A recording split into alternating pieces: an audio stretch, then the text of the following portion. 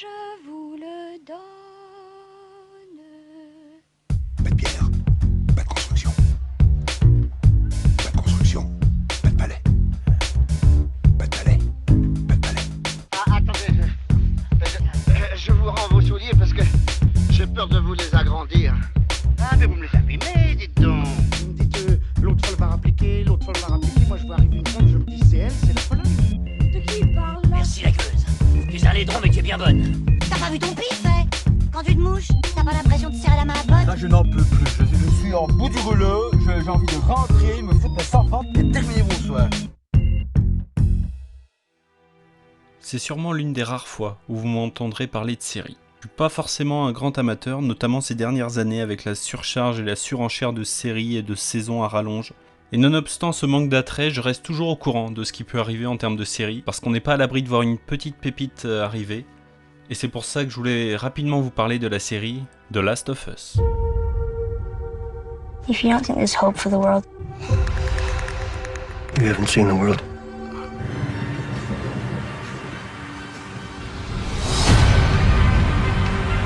If I'm taking you with me, you do what I say when I say it.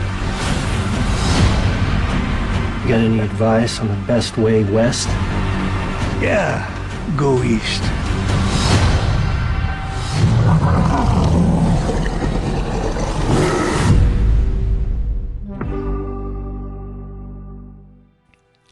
Pour commencer, on va remettre un petit peu de contexte. The Last of Us, c'est une production du studio Naughty Dog, qui avait fait la série de jeux à succès Uncharted entre autres. Ils arrivent en juin 2013 avec un nouveau projet, une nouvelle licence, The Last of Us.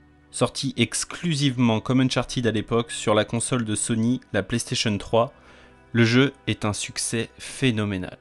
Le jeu est ensuite sorti en version remasterisée pour la PS4, entre la version PS3, PS4 et la toute nouvelle version PS5 entièrement remasterisée, le jeu The Last of Us Partie 1 s'est vendu à plus de 17 millions d'exemplaires.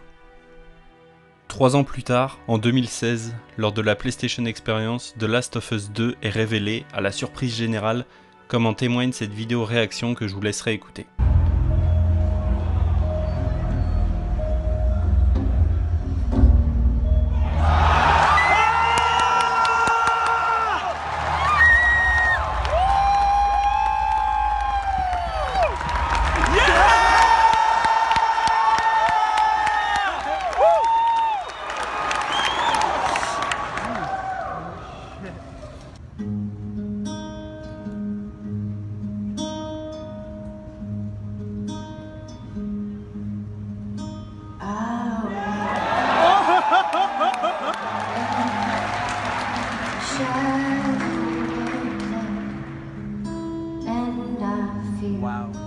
No evil, 'cause I'm blind to it all.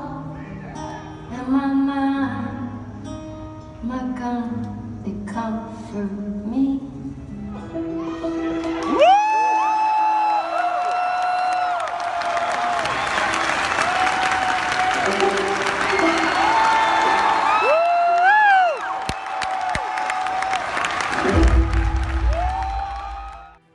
Tout pile 7 ans après la sortie du premier jeu, un second opus voit donc le jour pour une sortie en juin 2020.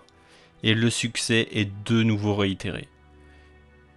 Il est peut-être même supérieur au premier épisode, c'est un carton plein. Succès critique et commercial, en juin 2022, Neil Druckmann, le coprésident du studio et réalisateur des jeux The Last of Us et Uncharted, annonce que le jeu a dépassé les 10 millions d'exemplaires vendus. Revenons-en à la série.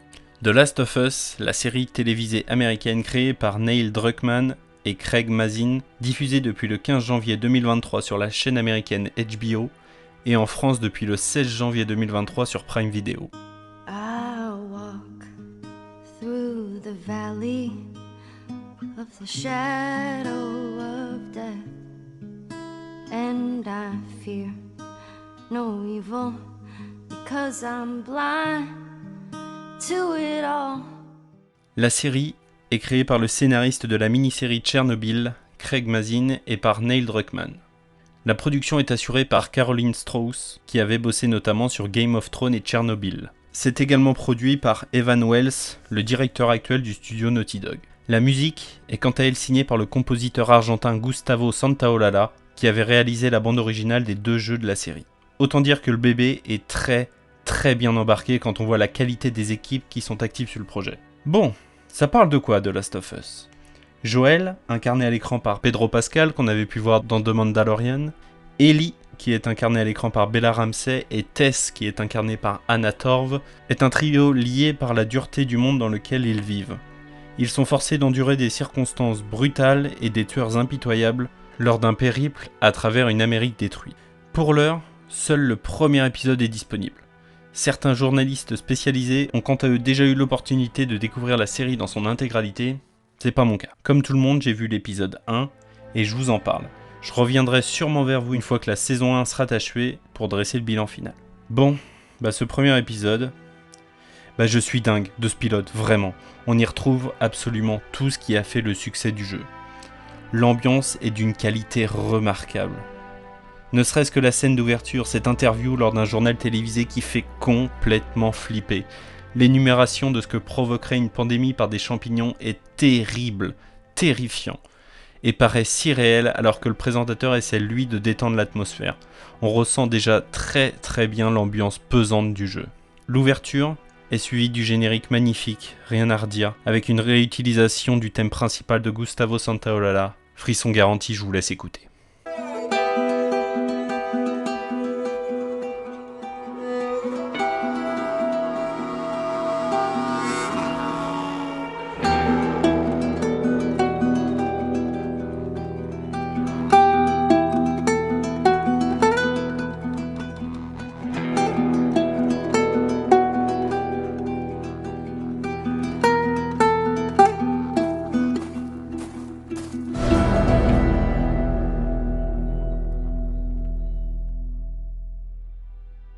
La scène qui suit est tout autant pesante. On suit la fille de Joel, comme dans le jeu, presque plan par plan. C'est peut-être le seul point un peu négatif que j'aurais à reprocher. Malgré quelques libertés, la série reprend énormément ce qui se passe dans le jeu. Et étant fan du jeu et l'ayant fini 2 fois, le scénario n'est que très peu surprenant. Cependant, sur l'entièreté de la scène avec Sarah, la fille de Joel, c'est somptueux. Absolument rien n'est acheté. Le plan où elle cherche un DVD avec en arrière-plan, en flou, la grand-mère qui se transforme, c'est bluffant, c'est brillant, c'est terrifiant. La suite, évidemment, où Sarah revient dans la maison et rentre dans la cuisine. Mon Dieu, le choc. Alors qu'on découvre le tout premier infecté à l'écran, le coureur. C'est absolument horrible, c'est gore, c'est trash, c'est terrifiant, mais c'est un pur kiff. Puis vient l'élément perturbateur du récit. Je n'en dirai pas plus. Je vous laisserai le découvrir par vous-même.